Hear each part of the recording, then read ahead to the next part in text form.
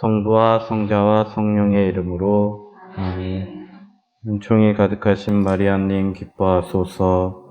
주님께서 함께 계시니 여인 중에 복되시며 태중의 아들 예수님 또한 복되시나이다.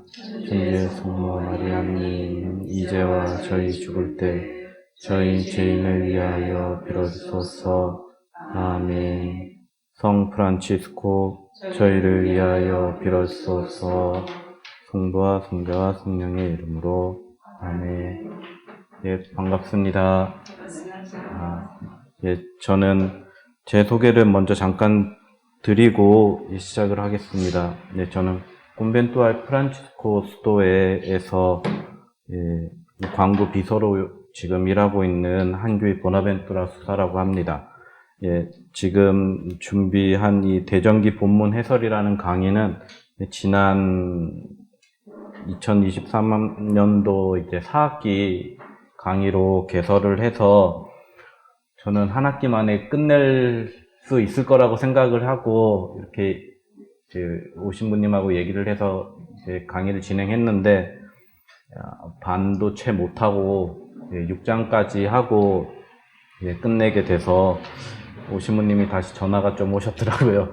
시작한 거 끝내야 되지 않겠냐고 해서 그래서 제가 조금 광구에서 아무래도 맡은 소임이 조금 시간이 좀 일정이 그래서 바로 시작은 못하고 제가 5월 말부터 6월에 좀 집중적으로 하게 됐습니다. 그래서 제가 미리 공지해 드렸던 것처럼 이번 주는 한 번이고 다음 주까지는 이제 화요일에 하지만 그 다음부터는 이제 나머지 마지막 3주 동안은 한 주간에 2번씩 해서 8번 강의를 6월 말에 끝내는 걸로 되어 있습니다. 그래서 좀 그렇게 참고하시면 될 것 같습니다.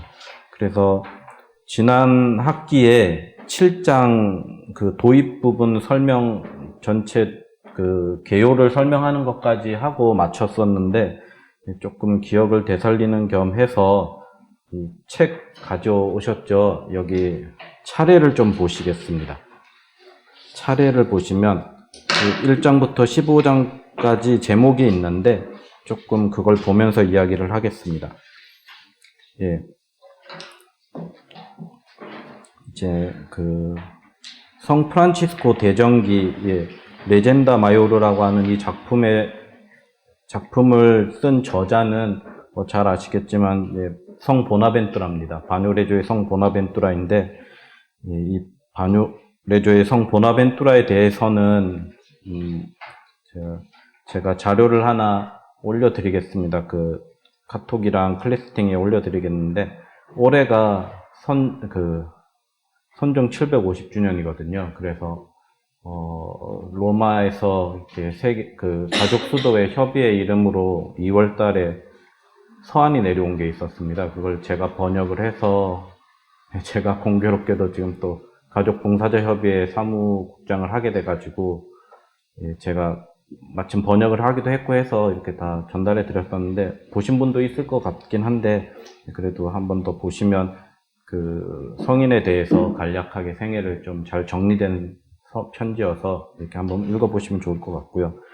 이제 대전기를 보면 머릿말이 있습니다. 머릿말과 15개의 장으로 구성되어 있는데 머릿말 같은 경우에는 이 책을 쓰게 된 동기랑 또 어떤 식으로 전개해 나갈 것인지 그런 것들이 이제 설명을 하고 있고 이제 본격적으로 1장부터 15장까지 성 프란치스코의 생애가 이제 기술이 됩니다.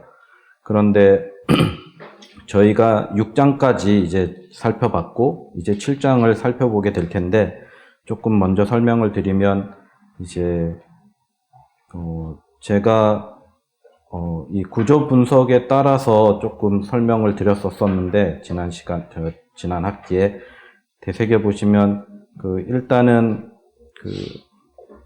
보나벤투라가 이 대전기를 쓰면서 자신의 신학을 적용을 한다고 말씀드렸었는데 특별히 이제 영성신학, 신비신학 두 가지 책을 있는 신학을 크게 적용을 합니다. 첫 번째 책은 하느님께 나아가는 정신의 여정이라고 해서 지금 사상연구소 학술발표 모음 8권으로 해서 책이 나와 있습니다. 정신의 여정 해설, 그러니까 본문과 해설이 되어 있어서 이 책을 좀 보시면 좋을 것 같고요. 여기서 보면 이제 우리가 하느님께 나아가는 데 있어서 세 단계를 거친다고 이야기를 합니다. 우리 밖에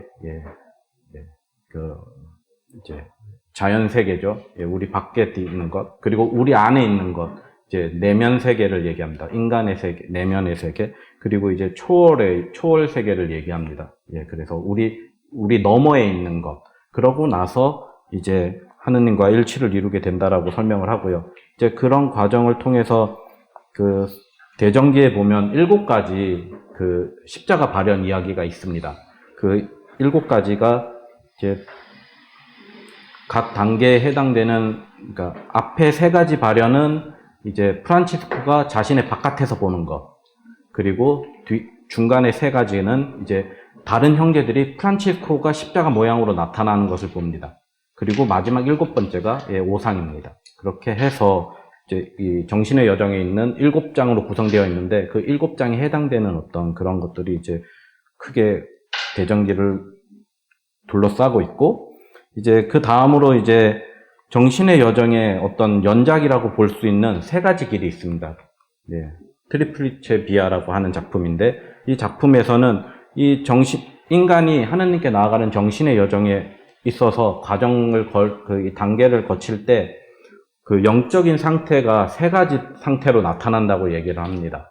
저희가 잘 알고 있는 정화조명 일치가 그 3가지 길이고요. 이제 이 3가지 길을 가지고 프란치스코 성인의 그 생애를 이제 보나벤투라가 설명을 하는데, 이제 1장과 2장이 그 시간 순서적으로 봤을 때 정화의 시기에 해당된다고 얘기를 합니다. 그리고 5장, 6장, 오늘 살펴볼 7장까지 해서 이 3장이 그 정화의 시기에, 정화의 길을 걸을 때 필요한 덕행, 그렇게 보시면 되고, 이제 3장과 4장이 이제 조명의 길에 해당되는 시기이고, 연대기적으로, 그러니까 시대순으로 진술을 합니다. 그리고 이제 계속해서 우리가 살펴보게 될 8장, 9장, 10장이 조명의 길을 걸을 때 필요한 덕들, 은총들, 이렇게 이야기를 할 수 있고, 이제 그리고 나서 14장, 15장이 또 시간 순서대로 이제 일치, 죽음과 그 이후의 시성 과정까지 이야기를 하고, 이제 이 일치의 과정에서 필요한 얻게 되는 은총, 여기는 앞에서는 필요한 덕들이었다면 이제 이 일치를 이루게 되면 그때 얻게 되는 은총에 대해서 얘기를 합니다. 11장, 12장, 13장에서 이제 얻게 되는, 이제 일치에 이르게 되면 얻게 되는 그런 은총에 대해서 이야기를 합니다. 그래서 이런 구조를 조금 염두에 두시고 이제 그 본문 해설을 이제 같이 이렇게 강독을 진행하면 이제 좋을 것 같습니다. 그래서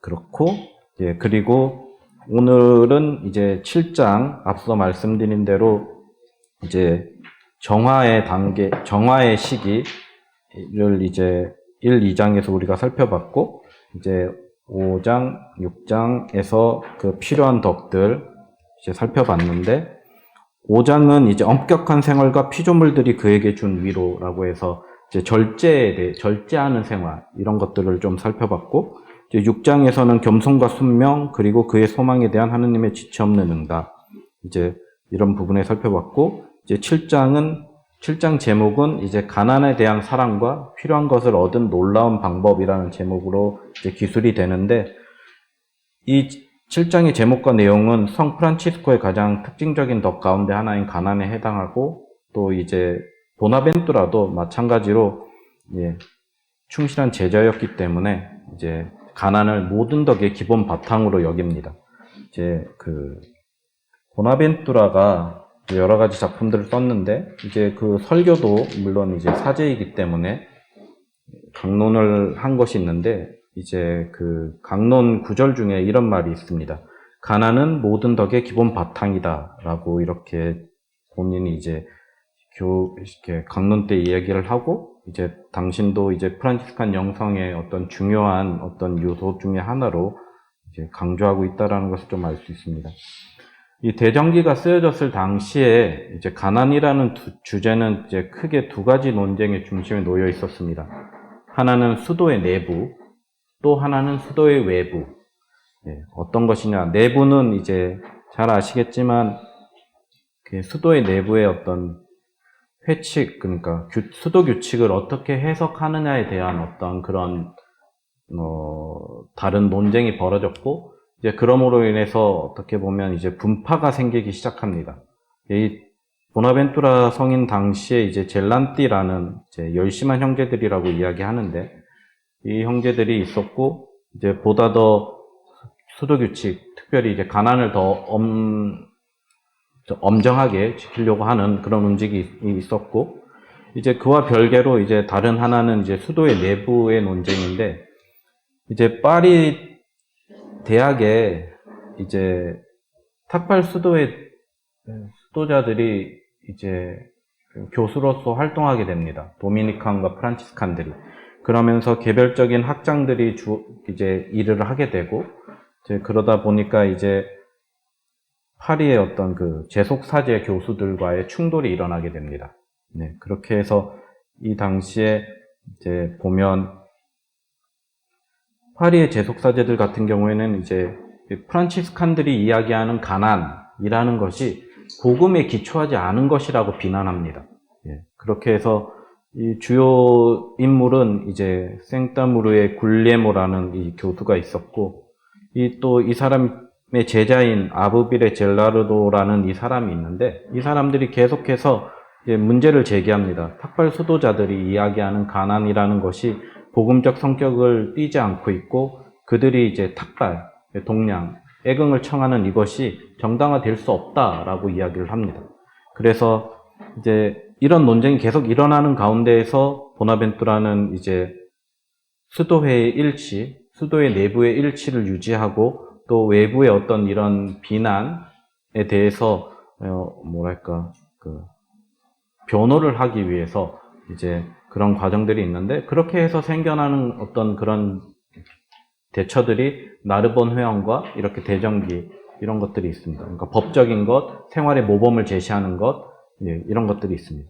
그래서 보시면 아시겠지만 보나벤투라는 이 젤란띠 형제들의 편을 이렇게 굳이 들어주지 않습니다. 그리고 마찬가지로 이제 이 파리의 재속 교수들의 비판을 거부하면서 가난에 대한 선택, 프란치스코가 가난을 선택한 것이 그리스도에게 뿌리를 두고 있다라고 설명을 하고, 이 복음적 동량, 탁발도 하느님의 축복, 은총을 주어지는 그런 수단이라는 것을 이제 보여주려고 합니다.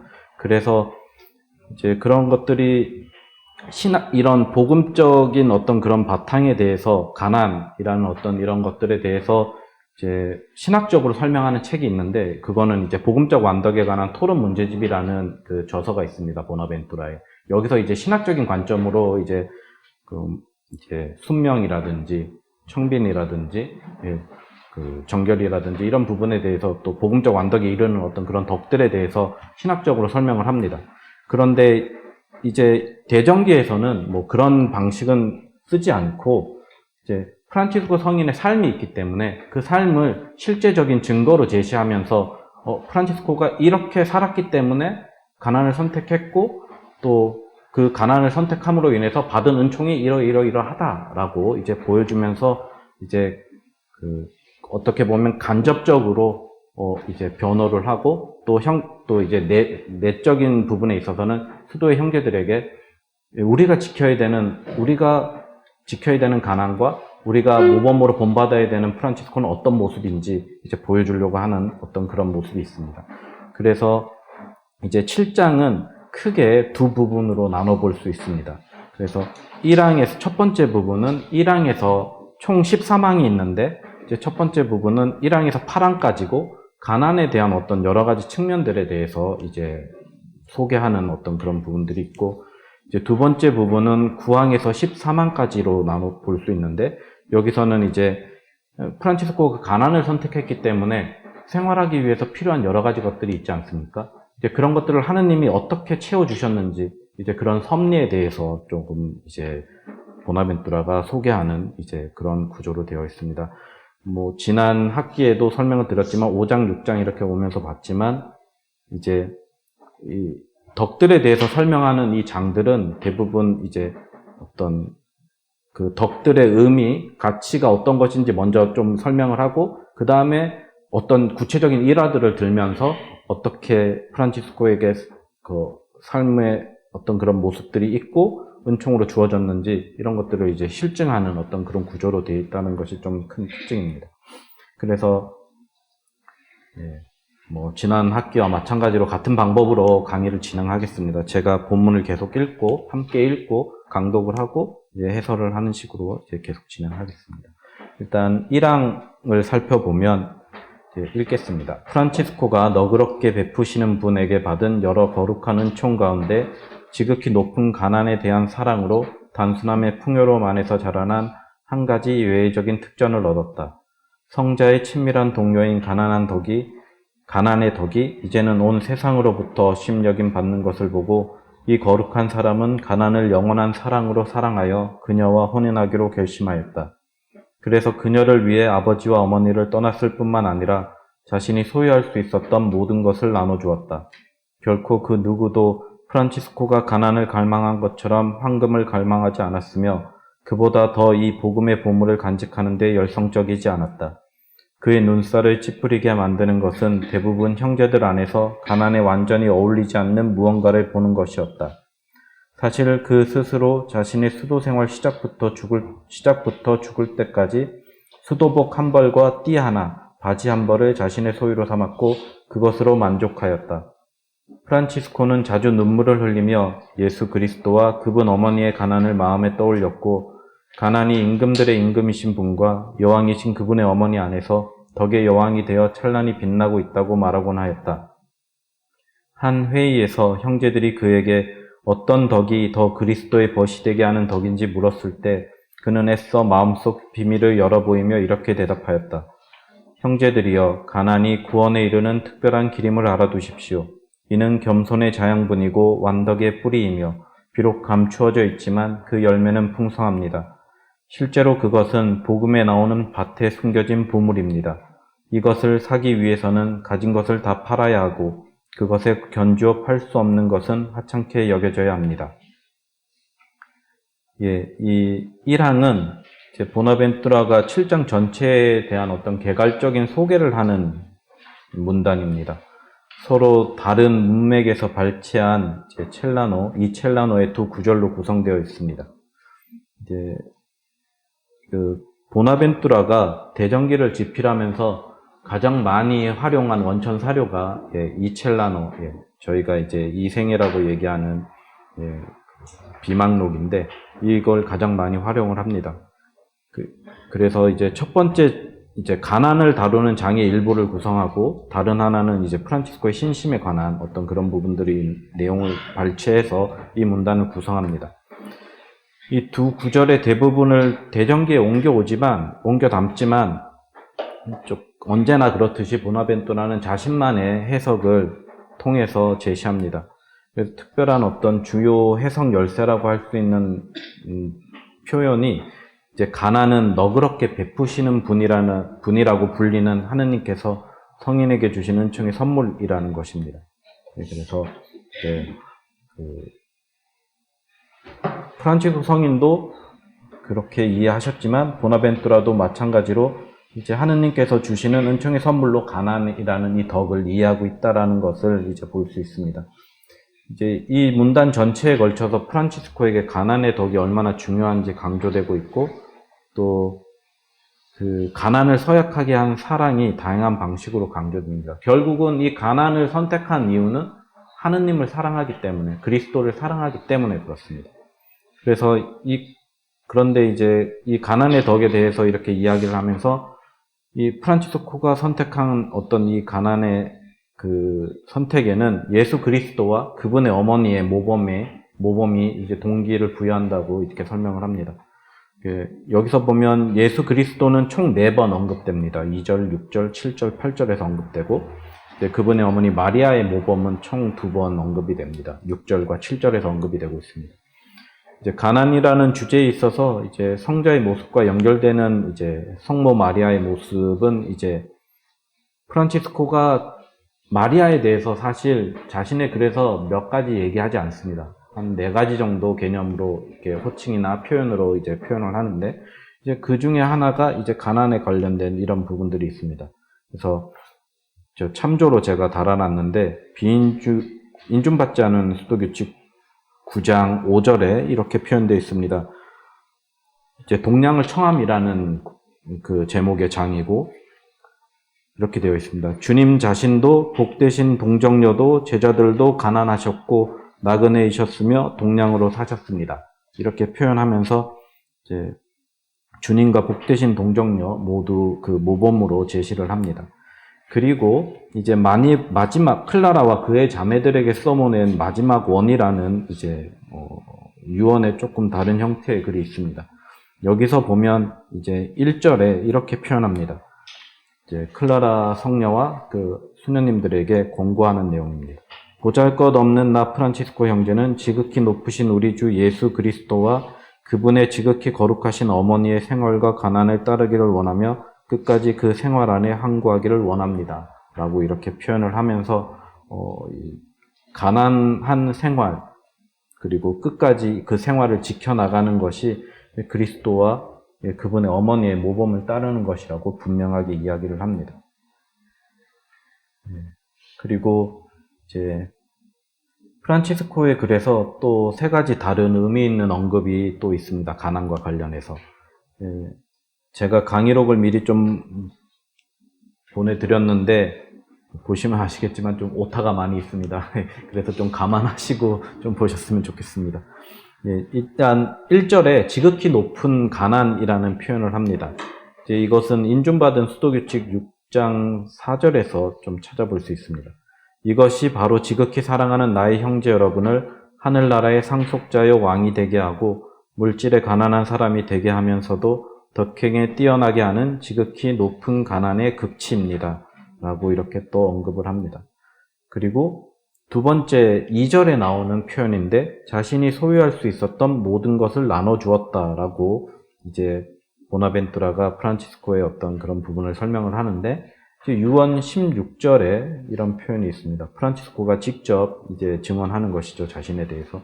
그리고 이 생활을 받아들이려고 찾아오는 사람들은 가지고 있던 모든 것을 가난한 사람들에게 주었습니다. 라고 이야기를 합니다. 그리고 계속해서 유언에 있는 내용입니다. 17절에 나오는 내용인데 이제 5절에 나오는 길게 사실 그 스스로 자신의 수도 생활 시작부터 죽을 때까지 수도복 한 벌과 띠 하나, 바지 한 벌을 자신의 소유로 삼았고 그것으로 만족했다라는 이 구절인데 유언에서 본인이 직접 이제 증언합니다. 우리는 안팎으로 기운 수도복 한 벌로 만족하였고 원하는 사람은 띠와 속옷을 가졌습니다. 그리고 우리는 그 이상 더 가지기를 원치 않았습니다. 이렇게 얘기하면서 이제 보나벤투라가 프란치스코의 어떤 그런 증언과 또 그런 모습들을 충실히 이제 설명하고 있다라는 것을 이런 부분들을 인용들이나 이런 것들을 통해서 알 수 있습니다.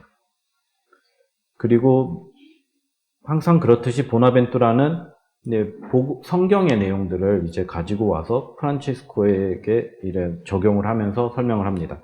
이제 프란치스코와 가난 사이의 관계를 이제 혼인 관계에 비유하는데 이제 그런 것들을 위해서 에제키엘 예언서와 창세기, 에페소서 이런 것들을 이제 인용합니다.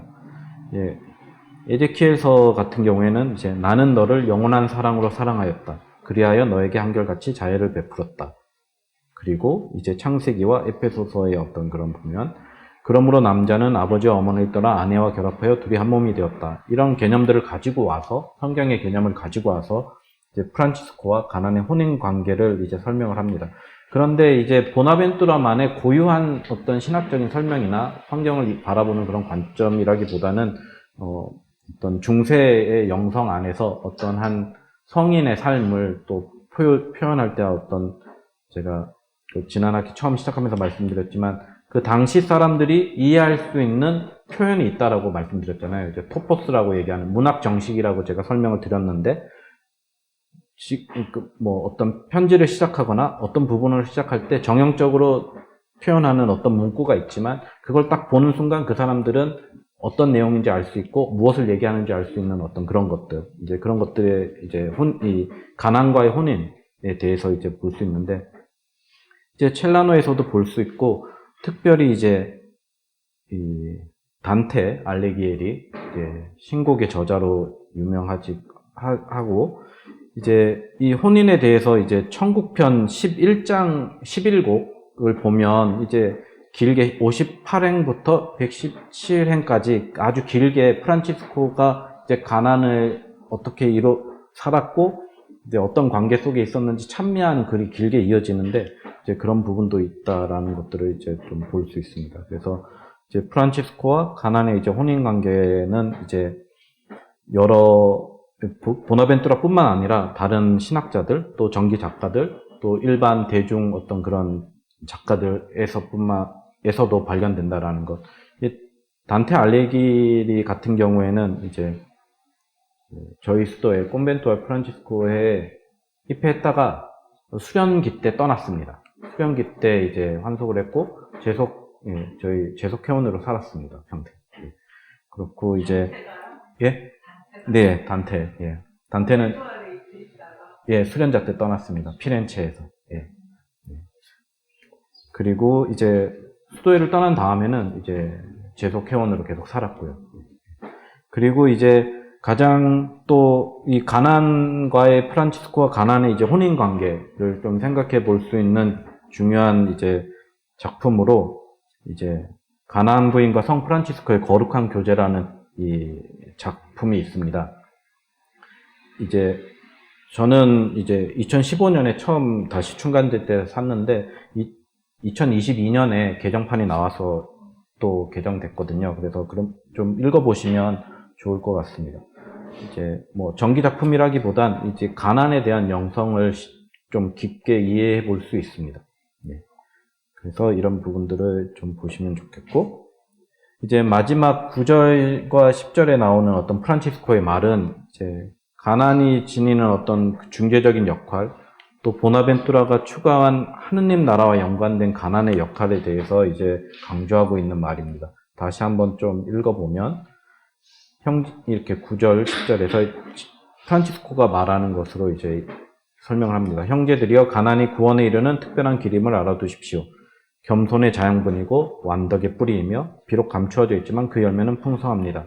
실제로 그것은 복음에 나오는 밭에 숨겨진 보물입니다. 이것을 사기 위해서는 가진 것을 다 팔아야 하고 그것에 견주어 팔 수 없는 것은 하찮게 여겨져야 합니다. 여기서도 보면 알겠지만 여러 가지 덕들이 있는데 그 덕들의 가장 바탕은 가난이라고 이제 프란치스코가 말합니다. 이렇게 해서 이제 가난에 대한 어떤 프란치스코가 지니고 있던 어떤 그런 개념들, 의미들을 조금 이제 개괄적으로 1항에서 설명을 하고 이제 2항으로 넘어갑니다. 2항 1절에서 2절을 읽어보겠습니다. 이러한 덕, 가난의 정점에 이르고자 하는 사람은 프란치스코가 말하길 세상의 지혜뿐만 아니라 어떤 방식으로든 학문적인 지식까지도 포기하여야 합니다. 이는 소유한 것을 모두 벗어버리고 주 하느님의 위협을 칭송하며 들어가 십자가에 못 박히신 분의 품에 벌거벗은 자신을 봉헌할 수 있게 하려는 것입니다. 사실 자기 것에 대한 사랑을 마음속 자그마한 구석에 간직해 두는 사람은 완전하게 세상을 버리지 못한 것입니다. 앞선 어떤 문학적인 형식상 이제 앞선 프란치스코의 말이 계속 이어지고 있다라는 어떤 특징이 있고 연장선상에 있다고 볼 수 있습니다. 그래서 성인이 이 말하는 내용은 마찬가지로 이 첼라노에서도 이제 등장을 합니다. 이 첼라노를 좀 내용을 살펴보면 이제 프란치스코는 신분 높은 성직자들이 이 형제에 들어올 때는 그들의 지식까지도 포기해야 한다고 말하였다. 소유물을 포기함으로써 십자가에 달리신 분의 팔에 그들 자신을 알몸으로 봉헌하도록 하기 위해서였다. 그리고 또 다른 구절에서는 그는 한 형제가 의견 주머니를 간직하고 있다면 그 형제는 주님을 위하여 아무것도 포기하지 않은 것이라고 이야기하곤 하였다. 그리고 이제 마지막 문장 2절 같은 경우에 그 마음속에 간직하고 있다면 가난하지 않은 것이라고 얘기하는 어떤 이런 것들은 이제 프란치스코의 어떤 권고 글을 4번, 14번, 19번에 나오는 어떤 그런 내용들을 이제 반영한 것이라고 볼 수 있고요. 이제 이 문장에서 보나벤투라가 설명하려고 하는 것은 이제 내적인 가난이 이제 외적 가난의 필수 불가결한 어떤 기초라는 것이죠. 내적인 가난이 있어야 내적으로 가난해야 외적으로도 가난할 수 있다라는 것을 이제 설명합니다. 그래서 그런 부분이 강조되고 있고요. 그리고 재밌는 거는 이제 여기서 프란치스코 성인이 물론 그런 부분도 있지만 재밌는 점은 가난의 정점에 이르기 위해서는 학문적인 것, 지식적인 것까지 다 포기해야 된다라고 설명을 한다라는 것이죠. 그런데 이것은 이제 보나벤투라가 추가한 내용으로 볼 수 있다고 학자들이 많이 얘기합니다. 그리고 이 내용이 힘을 가지는 이유는 보나벤투라 자신이 뛰어난 학자였기 때문입니다.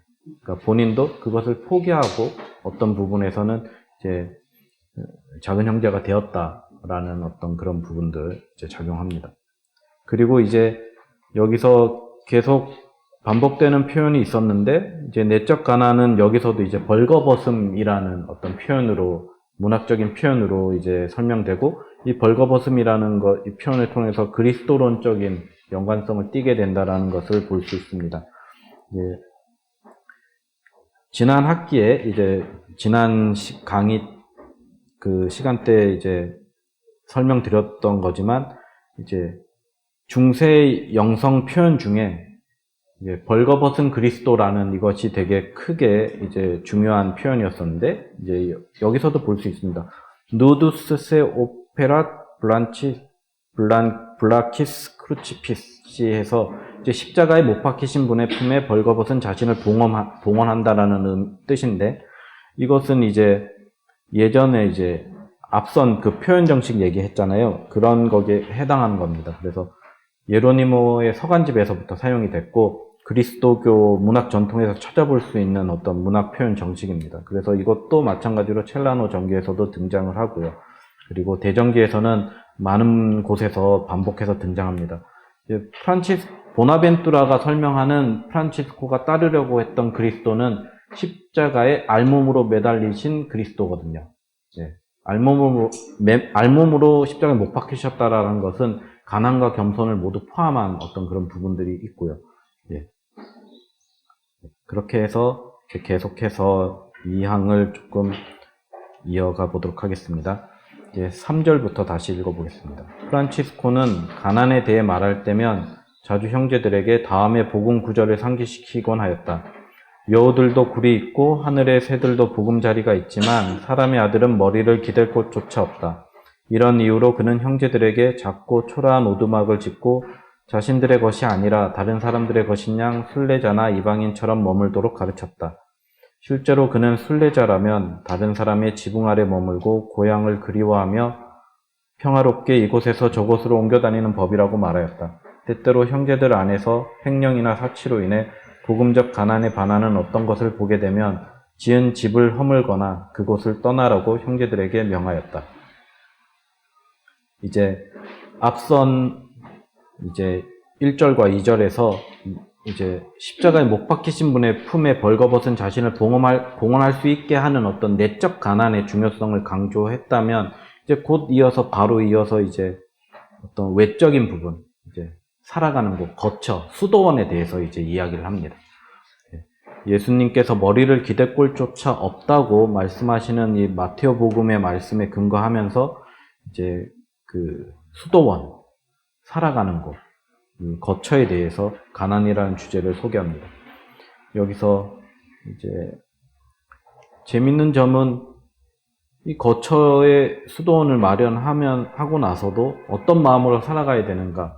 순례자나 이방인처럼 살아야 한다고. 그리고 복음적 가난에 반하는 집이면 허물어야 된다고 이제 이야기하는 프란치스코의 모습이 나옵니다. 이런 모습은 이제 앞선 원천 사료들을 이제 다 나옵니다. 이제 첼라노 전기도 그렇고, 이제 세동료 전기도 그렇고, 인명의 페루자 전기도 그렇고 모두 찾아볼 수 있습니다. 하지만 이런 앞선 원천 사료들에서 구체적으로 상세하게 나오는 이런 부분들을 되게 자세하게 소개하지 않고 그냥 마지막에 그냥 허물거나 떠나라고 이렇게 표현하는 걸로 간결하게 요약합니다. 이제 어떤 일화들이 있냐면 이제 간결하게 요약한 이런 내용들에 포함되는 일화가 있는데 이제 포르지움꿀라의 성 마리아에서 열리는 총회를 위해서 이제 아시시 사람들이 지어준 줍이 있습니다. 근데 그거를 허물어 버리려고 합니다. 이게 이제 돗자리 총이라고 알려진 이런 총회인데, 이거 다 허물어 버리려고 하니까, 이제 시에서 나온 사람이, 그거 네 거 아니다. 시 소유 거다. 빌려주는 거다. 그러니까 그 말 듣고 이제 멈춥니다. 그래서 아시시에서는 이제 이 집을 관리하는 이제 관리를 이렇게 정하게 되는 거죠. 그런 식으로 했다고 이야기가 있습니다. 그리고 또 다른 한 일화는 볼로냐에 이제 지은 집인데, 이제 사람들이 이제 그 집을 형제들의 집, 그러니까 작은 형제들의 집이라고 부른다는 것을 알고는 자기는 거기에 가지 않겠다. 그건 그러니까 우리들의 집이라고 얘기할 수 없다. 그거는 우리의 집이 아니다라고 얘기를 합니다. 근데 그런 태도를 보이는 어떤 그런 것들이 있고요. 그래서 이제 순례자나 이방인처럼 언제든지 떠날 준비가 되어 있어야 된다라는 것이죠. 이것이 왜 그러냐면 프란치스칸들이 이제 다른 어떤 소명들보다도 가장 중요한 것이 이제 복음 선포가 있습니다. 그래서 복음 선포를 위해서는 언제든지 떠날 준비가 되어 있어야 되는데 이것이 내 집이라는 어떤 그런 부분이 생기면 어렵기 때문이죠. 그런 부분들도 작용을 합니다. 그래서 이제 이런 부분들은 프란치스코의 글에서 직접 더 바로 찾아볼 수 있습니다. 이제 인준받은 수도 규칙을 보면 이렇게 표현을 합니다. 이 세상에서 순례자와 나그네처럼 가난과 겸손 안에서 주님을 섬기면서 신뢰심을 가지고 동량하러 다닐 것입니다. 그리고 유언에서 이렇게 이야기합니다. 형제들은 성당과 초라한 집, 그리고 형제들을 위해 세운 모든 건물이 우리가 수도 규칙에서 서약한 거룩한 가난에 맞지 않으면 그것들을 절대로 받지 않도록 조심할 것이며 거기서 나그네와 순례자 같이 항상 손님으로 머무십시오라고 얘기합니다. 그리고 또 마찬가지로 보나벤투라는 이것들을 설명하기 위해서 프란치스코도 그렇지만 이제 그러니까 성경의 내용을 이제 또 가져옵니다. 사랑하는 여러분, 베드로 1서에 나오는 이야기인데, 사랑하는 여러분, 이방인과 나그네로 사는 여러분에게 권고합니다. 영혼을 거슬러 싸움을 벌이는 육적인 욕망들을 멀리 하십시오. 그래서 하지만 이제 보나벤투라가 이 대전기를 작성하고 있는 이 시기, 13세기 후반이죠. 1260년에서 63년 사이에 집필되었다고 보는데, 이 시기는 이미 수도회가 빠른 성장을 거쳐서 많은 변화를 맞이한 상태였습니다. 그래서 지난 앞 강의에 학기에서는 설명을 좀 드렸는데, 이제 저희가 지금 수도원을 의미할 때 저희 그러니까 탁발 수도자들 수도원을 이야기할 때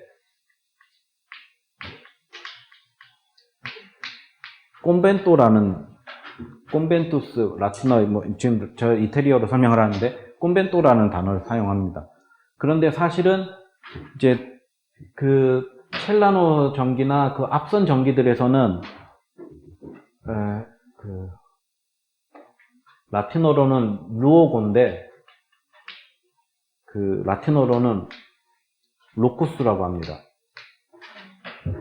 장소를 의미합니다. 그러니까 영어로 하면 스페이스 그런 개념입니다. 그냥 장소, 거처, 머무는 곳 이런 단어가 수도원을 뜻하는 언어였었는데 보나벤투라 시대로 오면 이미 이 시기는 지났고 일정한 거처를 마련해서 몇몇 형제들 이상의 형제들이 법적으로 살아야 되는 이제 수도원의 형태를 갖추고 이미 13세기를 살아가고 있습니다. 그래서 보나벤투라 대전기에서는 이제 로쿠스라는 어떤 그런 표현보다는 이제 수도원을 의미할 때는 이제 콘벤투스라는 어떤 저런 단어를 조금 더 설명을 합니다.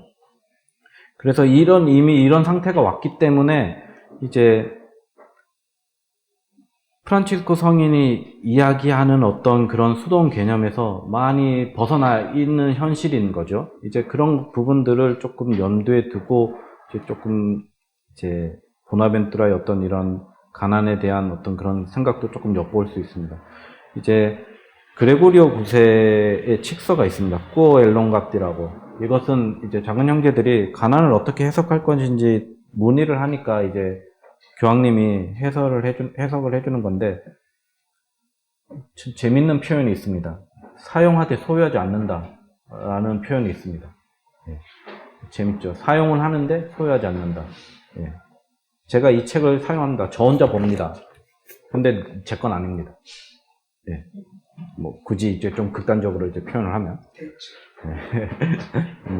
이제 어떤 그런 개념들이 있고, 무소유, 그러니까 이제 그런 것들과 이제 현실이 점점 괴리감이 있고, 이제 그런 시대에 보나벤투라가 프란체스코를 다시 모범으로 제시하기 위해서 이 대전기에서 어떤 관점을 가지고 있는가라는 것도 조금 흥미롭게 볼 수 있는 부분이긴 합니다.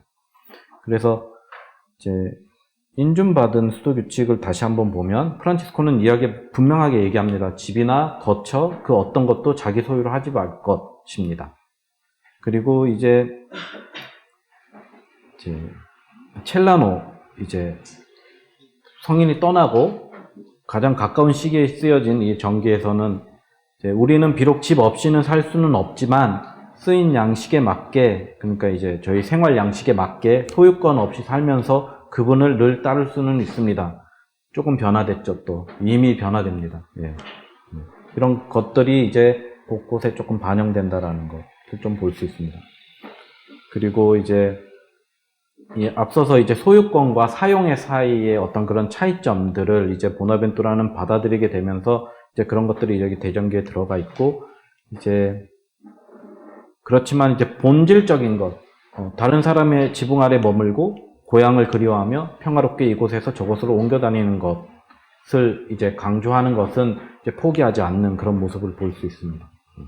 그래서 이제 그런 부분들이 있고, 이제 2항 7절, 2항의 마지막 문장인데 이제 읽어보겠습니다. 그는 가난이 자신의 형제의 기초이고 본질적으로 그 기초 위에 그 조직 전체가 놓여 있으므로 가난이 견고하다면 형제에도 굳건할 것이고 가난이 약해진다면 형제에도 그 기초부터 허물어질 것이라고 분명히 말하였다. 이제 보나벤투라가 앞서서는 프란치스코 성인의 삶에 대해서 얘기합니다.